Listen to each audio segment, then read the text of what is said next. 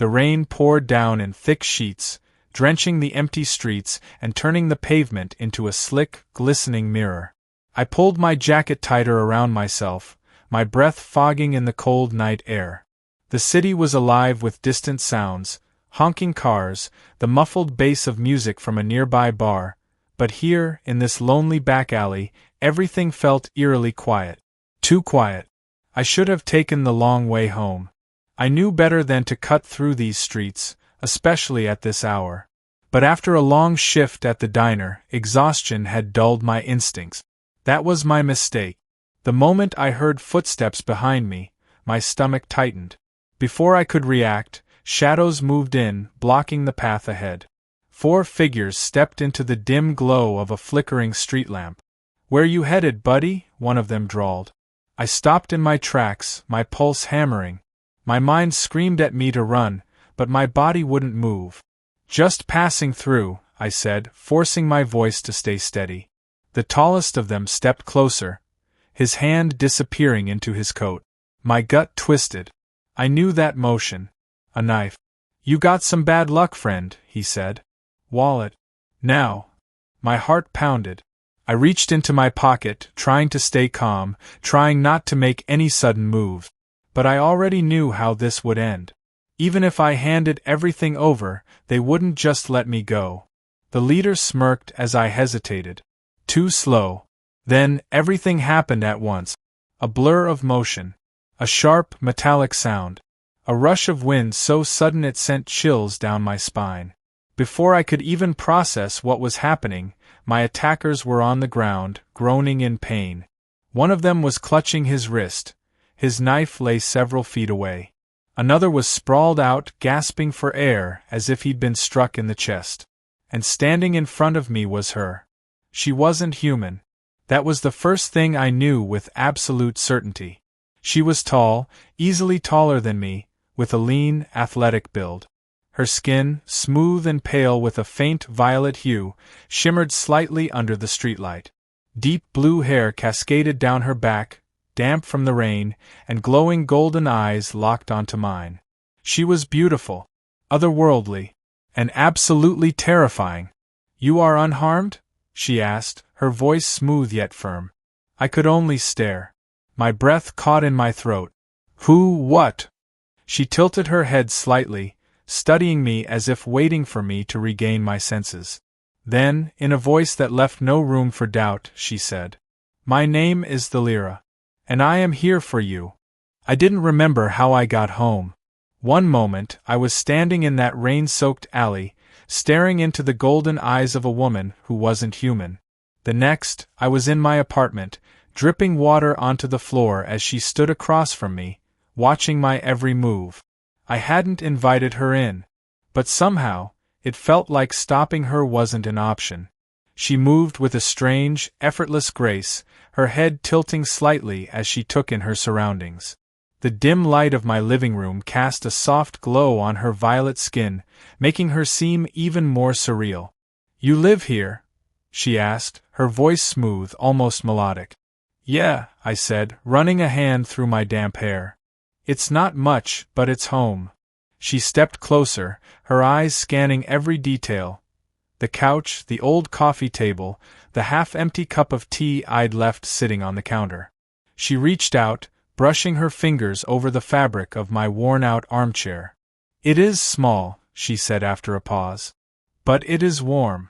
I let out a breath I hadn't realized I was holding. "Yeah. Guess it is." A beat of silence passed. Then, reality crashed back in. I turned to face her fully, my pulse still unsteady. "Okay, let's start with the obvious. Who are you? What are you?" Her glowing eyes met mine, unwavering. "My name is Thalira. I am not of this world." I let out a dry laugh. "Yeah, I figured that part out." I rubbed my temples, trying to think straight. "Are you an alien? Some kind of interdimensional traveler?" Her gaze didn't waver. "I am Zerithian. My kind has observed this planet for a long time." I blinked.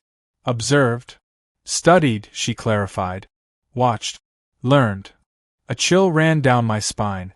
"You mean you've been spying on us?" She didn't hesitate. Yes. I opened my mouth, then closed it.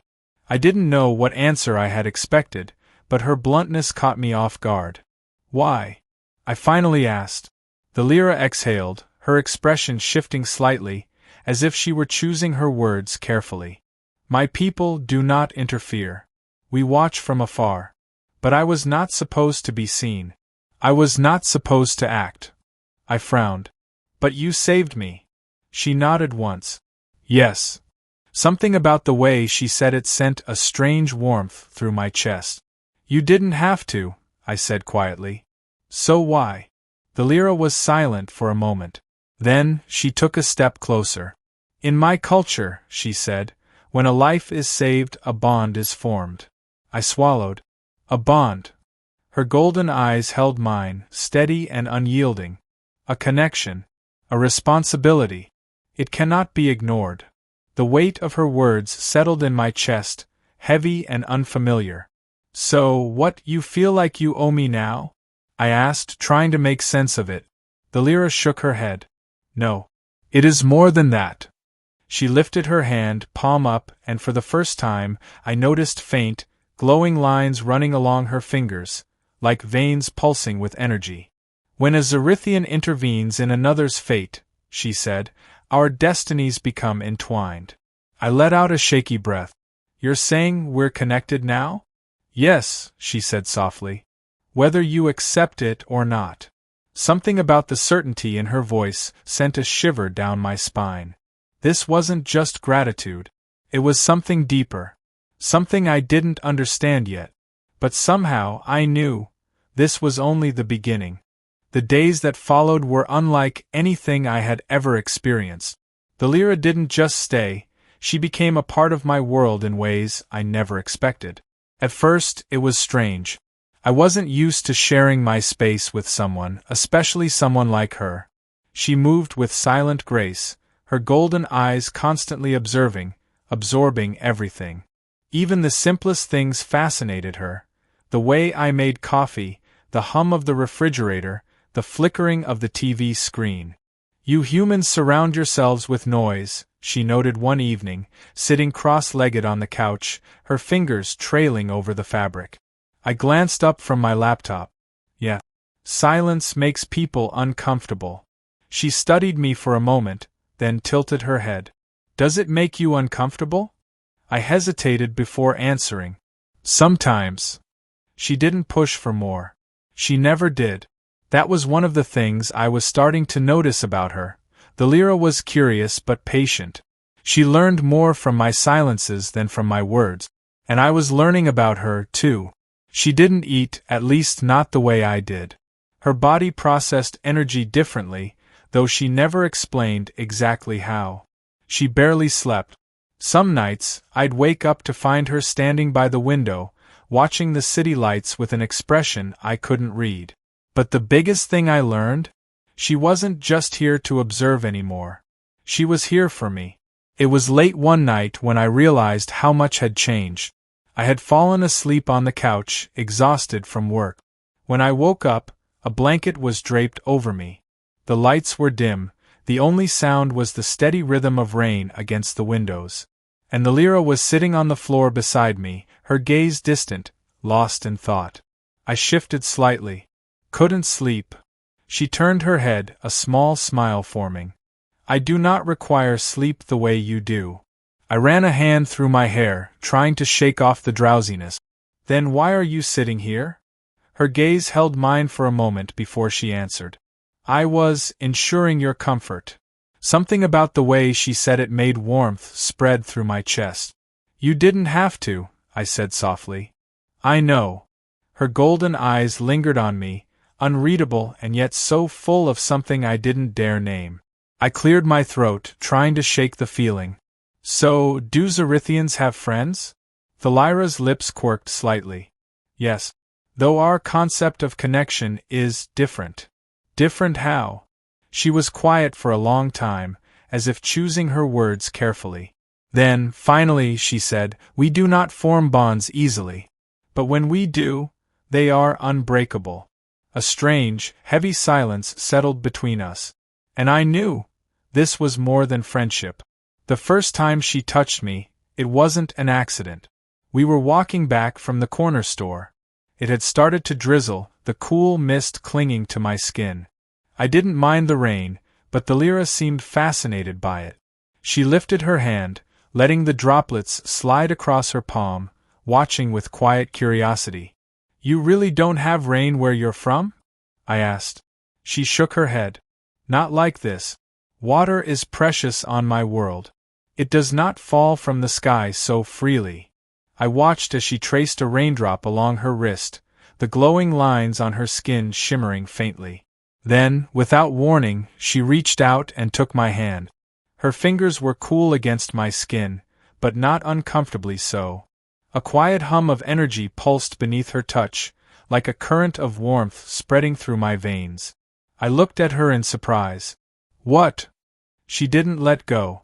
"On my world," she said, her voice soft, "this is a sign of trust." I swallowed hard. "And you trust me?" She turned her gaze to mine, golden eyes searching, unblinking. "Yes." My heart pounded. And for the first time since this all began, I realized I wanted her to stay. Not because of fate, not because of obligation, but because I was starting to trust her, too. Days turned into weeks.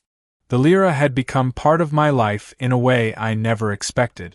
She wasn't just a stranger in my home anymore, she was my world. She moved through my space like she had always belonged there. Her presence was a quiet comfort, a steady warmth in the background of my days. She would sit with me during breakfast, even though she didn't eat.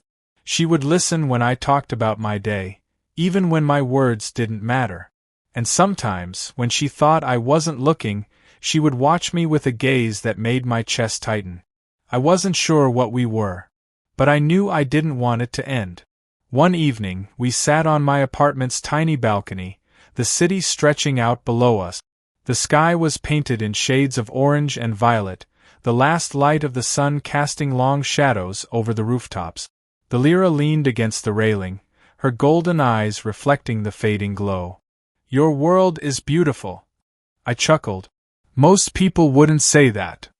"Most people do not see what I see," she said softly. Something about the way she spoke made my pulse quicken. I swallowed, forcing my voice to stay steady. "And what do you see?" She turned to me then, her gaze intense, unshakable. "I see life, resilience, passion." She hesitated, then added, "I see you." The way she said it sent a shiver down my spine. My throat went dry. "The Lyra." She took a step closer. The space between us felt too small. The air between us felt too heavy. "I have learned much about your kind," she murmured. "But there is still one thing I do not fully understand." I swallowed hard. "What?" She reached up, her fingers ghosting over my cheek. Her touch was light, hesitant, but the moment her skin met mine, warmth spread through me like fire. "This feeling," she whispered. "This longing." I couldn't breathe. "Do humans always feel this way when they are close to someone?" she asked, her voice barely above a whisper. I closed my eyes for a second, trying to steady myself. When I opened them, she was still there, watching me, waiting for an answer. "No," I said. "Not always." Her brows furrowed slightly. "Then, why do I feel it now?" The question hung between us, heavy and unspoken. But we both knew the answer. I reached up, covering her hand with mine. She didn't pull away. "Because this is different," I murmured. The Lyra exhaled slowly, as if hearing those words made something inside her settle. "Yes," she said softly. "It is." The distance between us disappeared. Her forehead rested against mine, her cool skin a contrast to my warmth. I could feel her breath against my lips, steady and sure. For the first time since she arrived, I understood something I had been trying to ignore. She wasn't just bound to me by some alien custom. She wanted this. She wanted me. And I wanted her just as much. The world outside didn't matter. The city, the stars, the distant hum of traffic, all of it faded away the moment the Lyra leaned into me, her golden eyes searching mine for something unspoken. I could feel the steady rise and fall of her breath, the cool press of her fingers against my skin. She was always careful, always measured. But tonight, something was different. She wasn't holding back. "You are certain?" she asked softly. Her voice carried weight, not doubt, but understanding. She needed to know this wasn't just impulse, that I wasn't caught in some fleeting moment.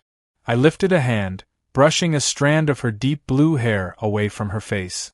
"Yes," I whispered. "I want this." Something in her gaze flickered, relief maybe, or something deeper.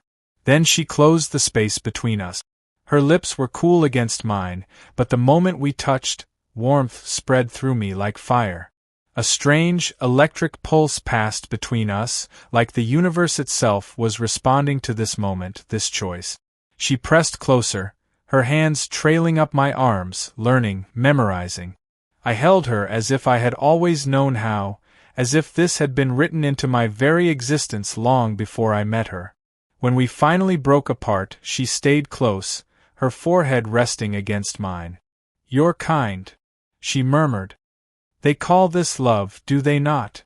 I let out a shaky breath, my fingers tracing the glowing lines along her arm. "Yeah," I said. "They do." Her lips curved slightly. "Then I wish to know it, to understand it fully." A quiet laugh escaped me, not out of humor, but because she had no idea how deeply I already felt it. "The Lyra, I think you already do." Her fingers tightened around mine. "Then I choose it," she whispered. She had always spoken of fate, of bonds that could not be broken. But this was something else. This was her choice. And it was mine, too. There was no fear anymore, no hesitation. There was only this moment, the two of us standing at the edge of something vast and unknown. But if she was willing to fall, then so was I.